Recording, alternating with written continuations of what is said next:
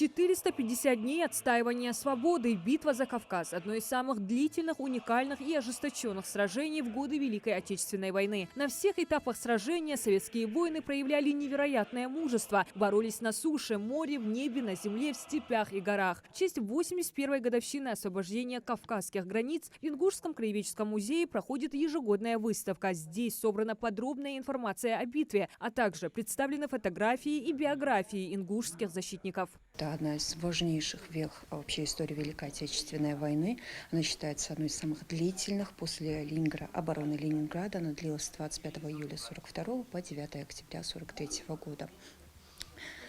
И нужно ее отметить как военно-политическая, так как именно были какие-то победы под Москвой, да, но именно яркие победы это произошли битва за Кавказ и Сталинградская, которые шли практически параллельно. Наступление немецко-фашистских войск под кодовым названием «Эдельвейс» рассчитывало быстро овладеть Северным Кавказом, но планы врага не увенчались успехом. И немаловажную роль в его разгромлении сыграла Малгобекская оборонительная операция. Немецкие захватчики рассчитывали стремительным ударом захватить город Малгобек с его нефтепромыслами, а затем Терские и Суджинские хребты, и, обойдя Алханчурскую долину, выйти к городу Грозный. Когда немецко-фашистские войска вторглись в пределы Северного Кавказа, в Чечено-Ингушской ССР объявили призыв на фронт патриотов-добровольцев. На него тогда откликнулись более 2000 добровольцев.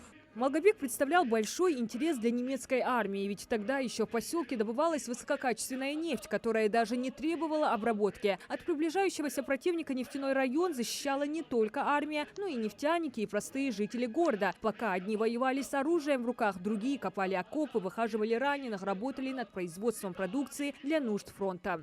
Битва за Кавказ – это Тукан Хаджимухович Мальсагов, это Нина Идрисовна Тутаева, это Тамара Албагачиева, Тамара Цычоева и Магожев Алаудин.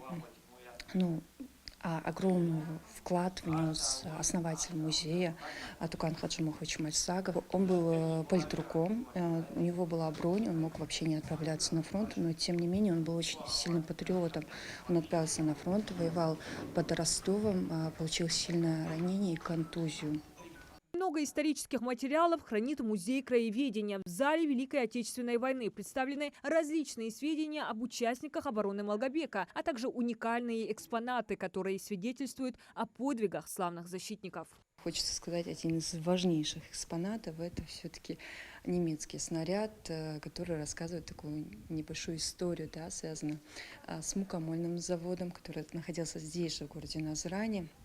Дело в том, что немцы, когда узнали, что завод обеспечивает фронт, хотя его очень долго скрывали, и за каналом жила семья Саговых, которая, узнав, что все-таки немцы летят и хотят подбить завод, у них была зенитная установка, и они подбивали немецкие самолеты. Все-таки один из снарядов застрял где-то в водостоке уже после войны, уже после возвращения он был изъят. Исход Малгобекской оборонительной операции оказал очень серьезное влияние на результаты боевых действий на всем Закавказском фронте. Советская армия нанесла поражение первой танковой армии и сорвала план гитлеровского командования. 9 октября 1943 года битва за Кавказ была официально завершена. Владимир Путин в 2020-м подписал указ, согласно которому 9 октября считается Днем воинской славы. Еще раньше, в 2007-м, 8 октября, Малгобеку присвоили звание города воинской славы.